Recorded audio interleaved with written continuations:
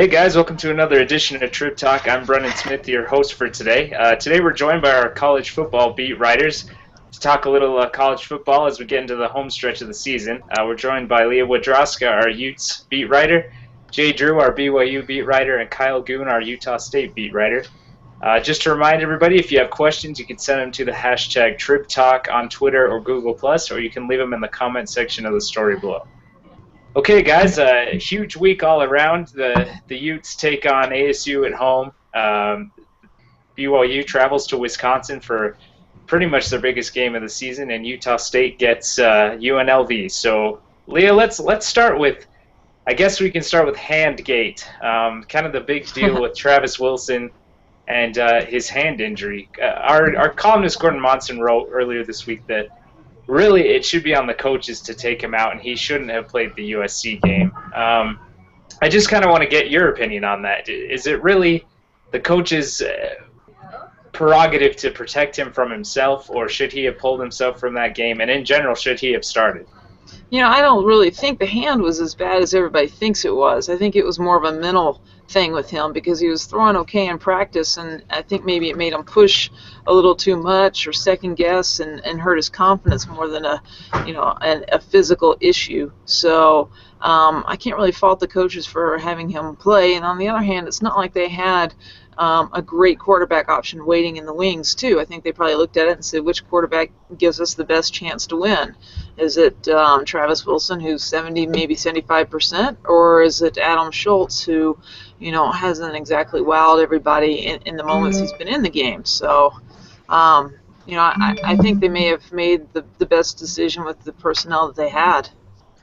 Yeah, absolutely. And, I guess kind of the pressure of starting Wilson, especially getting caught in that rut in the Pac-12 and going to USC. It's a tough game. USC's having a down year, but their defense is also tough. Was there just extra pressure just to start him is it because he's the best option, or just to stop the slide?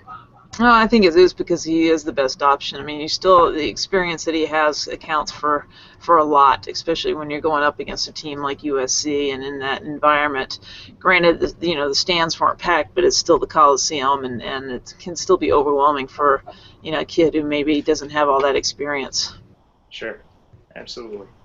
Okay, Jay, let's shift gears over to you. Obviously, this is possibly the biggest opportunity of a game since BYU has gone independent. They travel to Wisconsin, play Gary Anderson. Can you just talk about the opportunity for the Cougars this weekend, just to announce themselves as somebody that should be paid attention to on the national scene, and also just kind of the unique opportunity to face Anderson?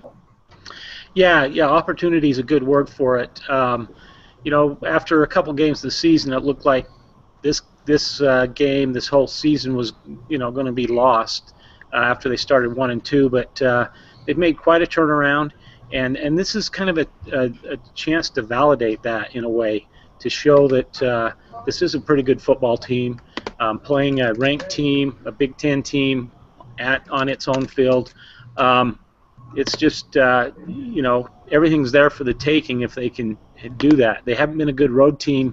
Well, they've been a mixed road team. They won at Utah State, which was a big win, but then they played poorly at Houston and eked out a win at Houston. So, and then of course they lost to Virginia. So, there's a lot there for the Cougars to take, a lot to kind of validate as far as whether Taysom Hill is legit or not. This will be the best defense he goes against, and so there's a lot on the line for BYU. But in the same way, I think the pressure's more on Wisconsin playing at home. They've got the ranking, and so and of course with Gary Anderson in his first year there, some pressure on him to basically not lose a non-conference game to an opponent that most Wisconsin fans I think they should handle. So it should be really interesting on Saturday in Madison. Sure. Absolutely. And Kyle, we'll kind of get you introduced to Utah State has a good opportunity to face sort of a similarly philosophy team, and also just they're kind of in the same boat right now, both 5-4, both competing in the Mountain West. What's kind of the game plan for the Aggies going into this game? and their opportunity to just sort of finish out the season strong, even without Chucky Keaton, as Darrell Garretson kind of grows into his own. Well, I think if you look at this specific game, I mean, UNLV's run defense is going to be pretty below average. So Utah State's going to try and do what they did against Hawaii and New Mexico, and they're going to try and establish the run. They're going to hope that that offensive line can punch some holes for Joey DiMartino. And that really, I think what we've seen is when the run game gets going, it helps out Darrell Garretson. On the same token, Darrell Garretson looked pretty good last week, throwing for 370 yards, setting a freshman record at the school. So he's kind of coming along. I think there are some things that the coaching staff wants to improve. His footwork isn't always there. He made a pretty bad interception. That was, he probably should have thrown the ball away instead of throwing it for the screen as he had planned. But, looking at this matchup, I think Utah State has some things going for it that's going to make them look pretty good in this game, specifically that running game that's been going really well with Joey DiMartino and that offensive line.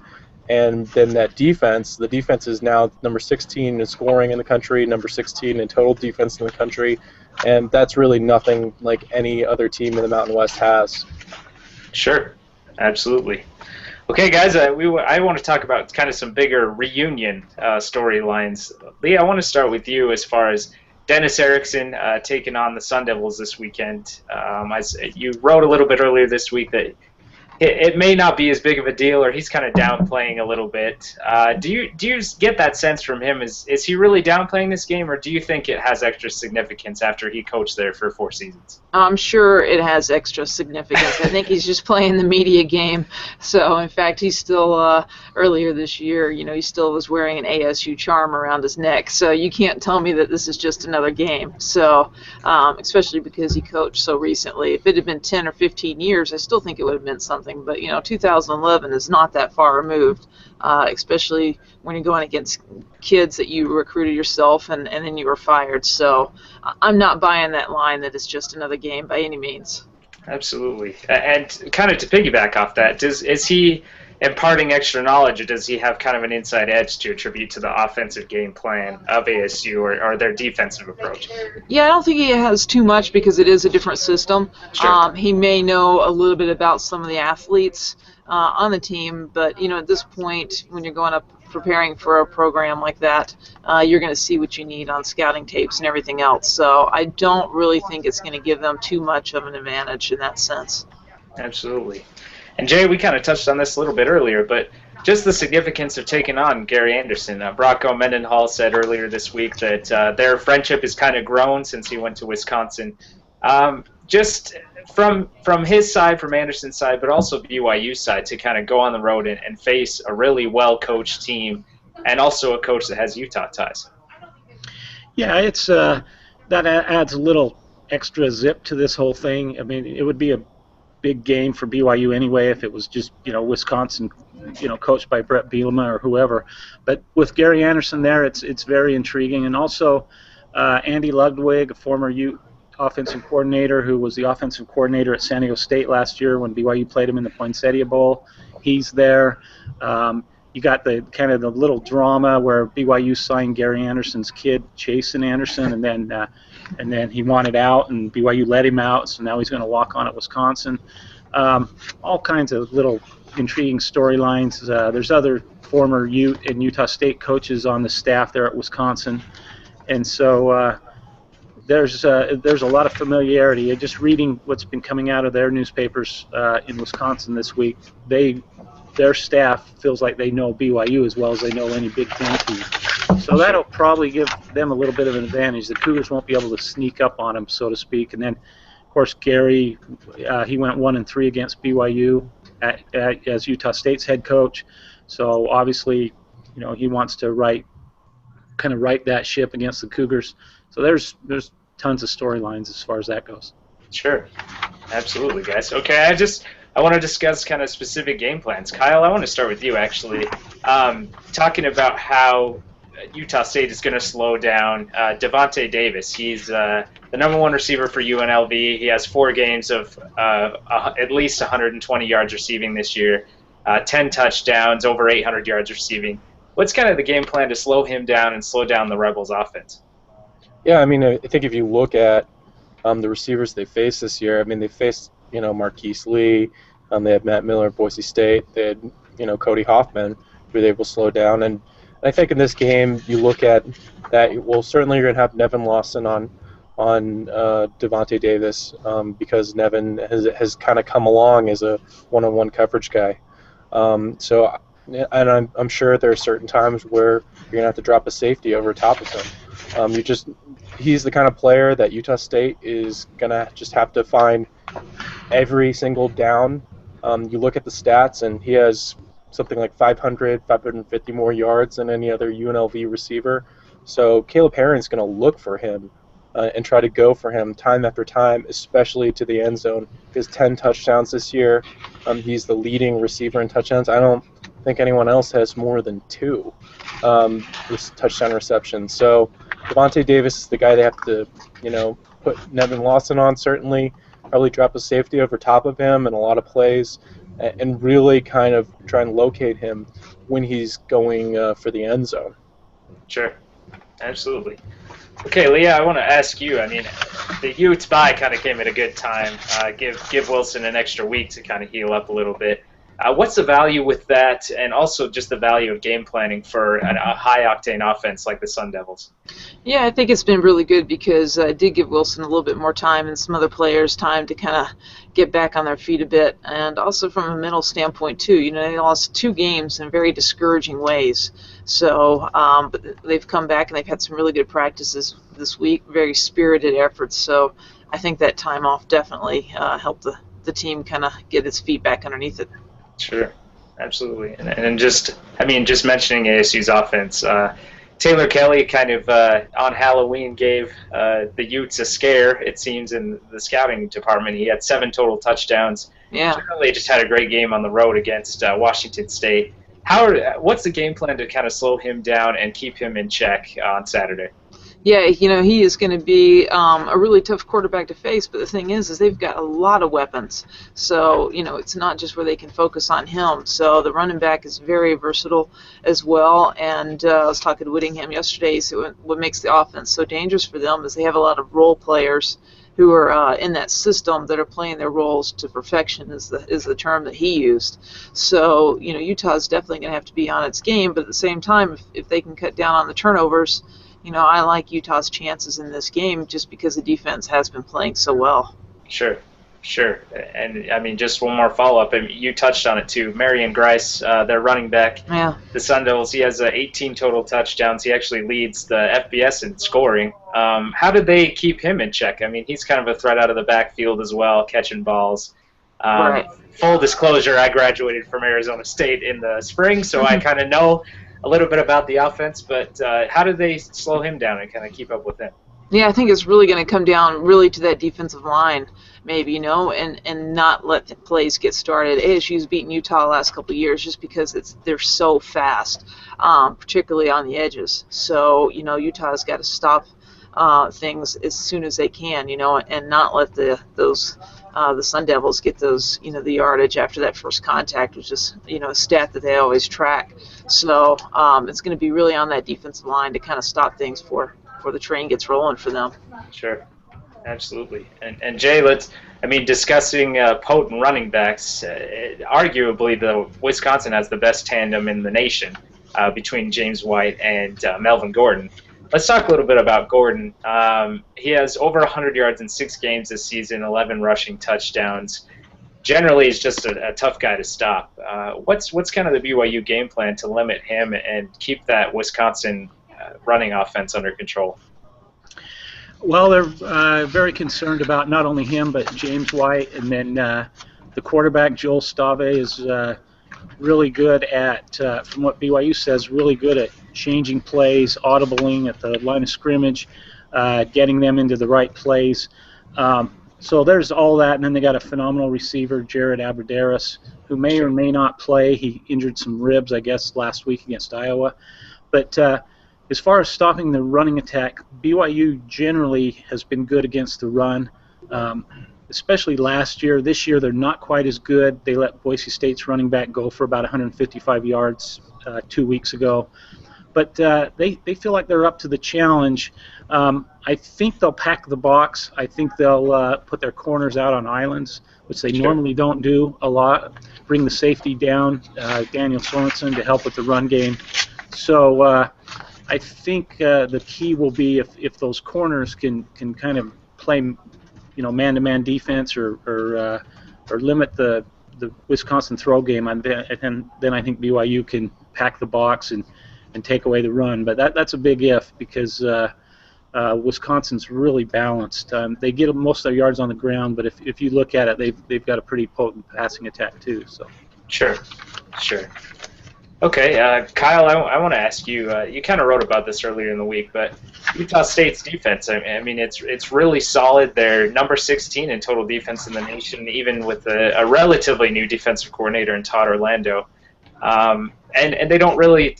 Not that the guys aren't talented that are there now, but Bobby Wagner was kind of more of a pure athletic linebacker, and they have more guys like Zach Vigil, Kyler Fackrell. What's kind of the key to their success, and even when they lose guys like Wagner, to kind of keep up and be talented? Well, I should preface this by saying, Lya and Jay are here, and the defense wasn't terrifically great against either Utah or BYU. Right. But I think what you've seen as the season's gone on is that they have more guys healthy is one thing. Connor Williams is back and healthy. They have some linebackers, Terrell Thompson and Tavares McMillan, who are healthy. And the other thing is, as I kind of wrote in the story, Utah State has kept a lot of the schemes the same under Todd Orlando, and he, a lot of the position coaches are still there. A lot of the same players are there. So they have a really thorough understanding of the scheme, and they're also really willing to adapt and get in places that may not feel quite comfortable, but are better for the matchups. Like Kyler Fackrell, he's taken on more of a pass rushing role, and he's come off more off the edge than he was last year. As I mentioned in the story, Zach Vigil, he's kind of lined up inside, outside. I was talking to linebacker coach Kevin Clune the other day, and he said I can put him anywhere on the field because he knows it all, and he's even lined up at nose guard. Utah State just has these guys who know their jobs, are willing to kind of do more jobs than they might necessarily feel comfortable with to get some of those matchup issues. And you kind of see it pay off in these last two games as they get a little healthier, as they get more mid-season form. That they're holding opponents 10 points each of the last two games.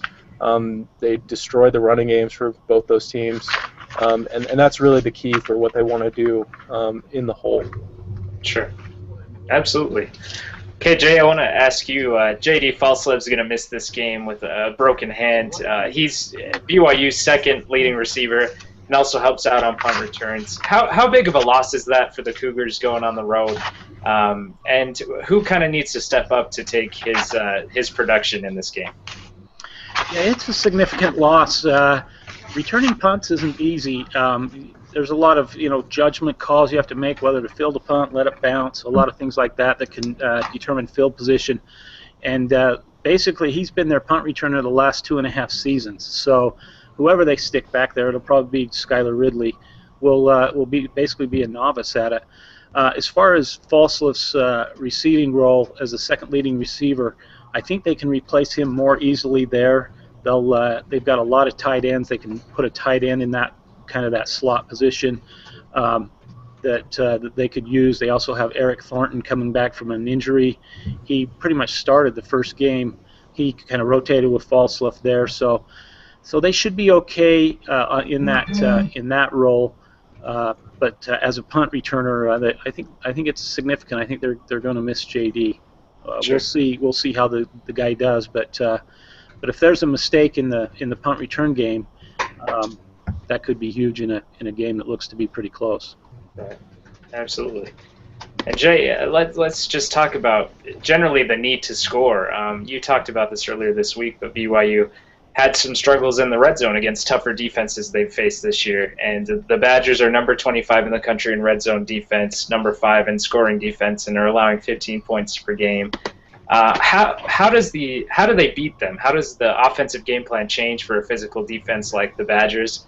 And how much pressure falls on Taysom Hill to kind of make plays and keep the Cougars in the game? Yeah, there's a lot of pressure. That's if you look back at their 2 losses to Utah and Virginia, those were the red failure to get touchdowns in the red zone cost them.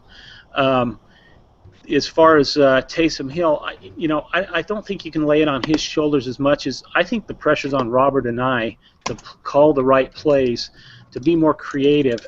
Even against Boise State and in a lesser extent Utah State, they got real conservative when they got into the red zone, and teams knew what they were going to do and were able to stop it. So I think Robert and I needs to get more creative, to tell you the truth, in the red zone. He tends to run on first down, run on second down, and pass on third and long. He doesn't do that between the 20s, but for some reason when they get inside the red zone, he does that. So I think that'll be the key is to come up with some plays maybe that'll catch the Badgers off guard and test and see if they really are that good stopping teams in the red zone. Sure. Okay, Lya, I want to ask you, Jacoby Hale's back for the Utes. He has 5 sacks this year. How big is that to get him back, especially in the defensive line rotation, to keep pressure on Taylor Kelly, and just generally what it means to the Ute defense to have him back? Yeah, I think he's a great addition because linebacker is a spot where the Utes are still very thin in experience and just bodies. And what it really does is it allows Trevor Riley to focus more on the defensive end position. So he was kind of going back and forth a little bit there. And so it really kind of improves the Utes in 2 spots. So at the linebacker and then at the defensive end position where Riley, really excels. So he's such a fast, hybrid kind of guy. And I think it's going to help Utah's defense a lot. Sure. Absolutely. Okay, Kyle, I want to ask you, we kind of talked about this yesterday off air, but Darrell Garretson's obviously kind of coming to his own. But they'll have Chucky Keaton back next year. I know your opinion, but if we can talk about, would it be smart to redshirt Garretson when Keaton's back and healthy, to have him for another year, or would the Aggies like to keep him as a backup? Well, we did talk about this. I thought you were going to talk about, singing the ASU fight song for a second. But that was yesterday, Kyle. But no, going back on this, a lot of fans are always about eligibility. We've got to keep him for as long as we can. We've got to keep him eligible. And I think the truth is, you have to ask yourself, where is Darrell Garretson more valuable? Is he more valuable as a redshirting sophomore and kind of preserving that 1 year, or is he more valuable as a backup who gets reps and who gets that practice time and experience? And if something happens to Chucky, next year, he's ready to step in. And I think it's kind of a no-brainer when you look at it that way. It's like from Darrell Garretson's, growth and in terms of being ready for another catastrophic level injury. I mean, I think it's kind of a no-brainer to say, hey, he's got to be the backup the next year, and he's got to be able to get these reps and get this experience so Utah State doesn't have to go through this again if Chucky Keaton gets injured. Because this is the second season that Chucky, has missed almost half a season. So they got to be mindful of the thought that, this could happen again. Unexpected things happen, and Garretson has to grow, and the only way to grow is get more reps. Sure. Absolutely, guys. Okay. Just to kind of wind this down a little bit, I want to start, just give me a few keys to the matchups this weekend, and also not necessarily a score prediction, but just how you think the teams you cover are going to fare. Jay, we'll start with you. Tough road test, but this is really a chance for the Cougars to show they're legitimate, and they have a chance against Wisconsin. Can you just talk about what are the keys to the game, and what's your prediction? Keys to the game, I would say third down, both sides of the ball for the Cougars. They need to keep drives alive, and they need to get their defense off the field. Wisconsin's one of the best teams in the country at time of possession. They'll just keep pounding and pounding. So I think the Cougars need to come up with some third down stops. I would say that would be the biggest key. Secondly, I think BYU's offensive line has got to. They've been progressing. I just think they got to keep progressing and moving forward. Something they haven't been able to do against really good defenses. So those would be the keys. Generally, I don't like to make predictions. Sure. I think it'll be a close game. I think it'll probably go into the fourth quarter. I'll say that. Okay, absolutely. No, that's great. Yeah. Okay, Lya, I'll ask you the same thing. You don't have to make a prediction necessarily, but just give me some keys to the game and how you think the Utes will fare in this one. Sure, I think obviously for Utah the key is turnover, so avoiding them, maybe getting some takeaways on the defensive side, which is is a hard thing to try to do. But I think obviously the Utes have to take care of the football. The fact that they lost to USC 19-3 after all those turnovers, the defense played well enough for the Utes to get that win if they had just done their job. So I think it's going to come down to that. Also, they really need to establish a running game. They still don't have an identity at that spot, so that's going to be crucial as well. So if they can match, ASU speed with a little bit of their own trickery, with Bubba Poole maybe getting out to the edges, that would be key. And then maybe Kelvin New York up the middle. But I think they've got to establish that on the ground, and let Travis Wilson find his rhythm in that game. Sure. Absolutely. And Kyle, I'll ask you the same thing. What are the keys for the Aggies in this one, and how you think they'll fare on the road at UNLV?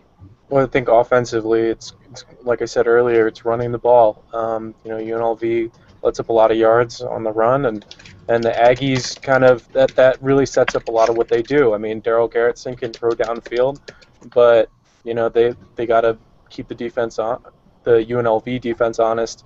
And keep them close to the line of scrimmage, and that really sets up a lot of things for their long passing game, their vertical game. And on the other hand, I think it's sort of related to Devontae Davis. Utah State has to limit those explosive plays, and you look at how they've done between the 20s, and it's been kind of rough. They've let up, I think, 35 passing plays of 20 yards or more this year. And that's just not a good number. And last week, Hawaii, their only touchdown they scored was on a 30-plus yard passing play. So Utah State has to be able to limit some of those explosive plays by Devontae Davis, Tim Cornette. I think the good thing for them is that their rushing defense strength matches up with UNLV's running strength and what they want to do with Cornette. So if they can shut down Cornette, I think that goes a long way to winning this game, and I do think Utah State, stopping short of a point prediction, but I do think Utah State will win this game and get bowl eligible this week. Sure. All right, guys. Well, thank you so much for your time again. I want to thank everybody for tuning in. Tune in next week. We'll have our columnists and another Trib Talk on Thursday as well. So thanks again, guys. Big weekend for everybody's teams, and thanks for your insight and your time. Thanks. Thanks. I guess.